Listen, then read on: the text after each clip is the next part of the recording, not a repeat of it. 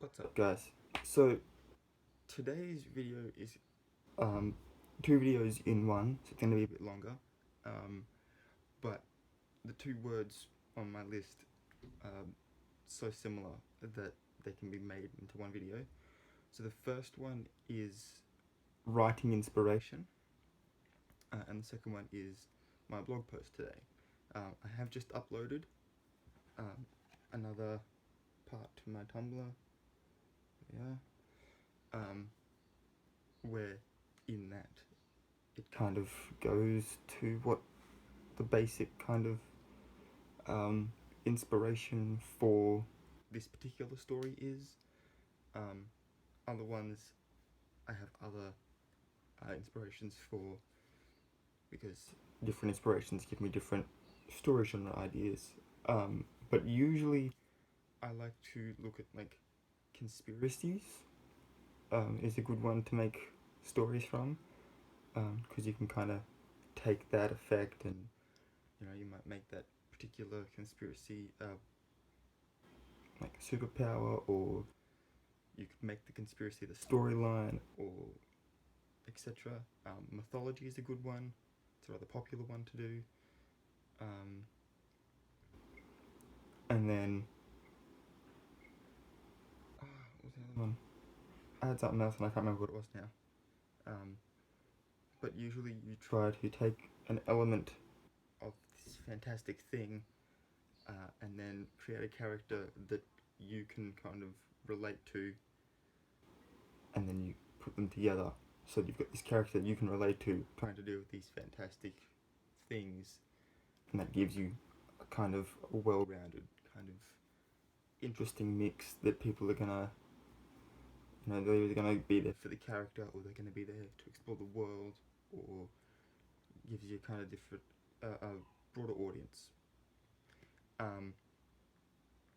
So yeah, I'm going to read you part 3 of Two of a Kind from my Tumblr, and I'll explain kind of the beforehand as well. So up until now, there being only 2 other parts to this, it's been more of a commentation on the world that these characters are existing in, and it's a kind of apocalyptic dystopian kind of story.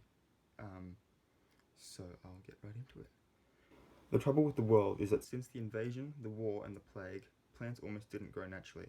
Food could be grown, but even then it had to be carefully tended to. We'd succeeded, but in a victory we never wanted to win.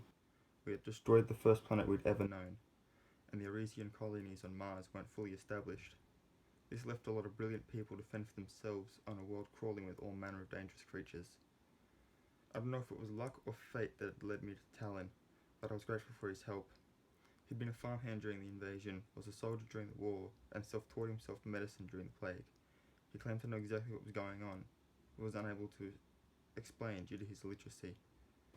He had then handed me a small, ripped section of a book I instantly recognized. It was the chapter of Revelation from the Christian Bible.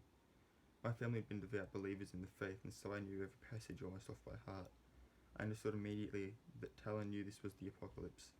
Never mind the metaphoric horsemen. We had suffered under an alien dictator who meant to conquer us, had endured a bloody war that set brother against brother, father against son, and were now at the mercy of an incurable disease. I watched as Narelle ran for cover with Talon through the scope of my rifle. They entered the desolate husk of a crashed plane, and there was silence. I lowered my gun and collected my belongings, readying to move, when I heard Narelle scream. So that's part 3, guys. I hope you'll go on to my Tumblr. It's stories around a campfire. Campfire spelled with a Y, all one word, all lower caps, on Tumblr.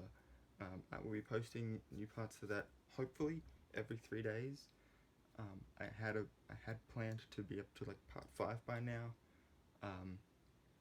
by doing it every 3 days, but I get really busy doing all sorts of other things that I have going on, and so both my video schedule and my writing schedule don't always happen when I want them to happen. But yeah, as you can see in that passage, I actually explicitly put in what the basis for the whole dystopian thing is at the moment. And not just that, but it reflects on. I'm trying to think if I've put those parts in yet. I don't think I have. There's another story I have where we actually look at the alien invasion, and there's another story I do where I look at the war itself. Every other story that I have up on my Tumblr is pre-invasion, so that's all before the alien invasion happens. Because all of my work is in the one universe. So yeah, I hope you guys liked this video. If you did, please give it a thumbs up. Don't forget to leave a comment down below if there's anything you'd like to see me do at all. If there's a particular story you want to see me write and or read to you guys, let me know that down below.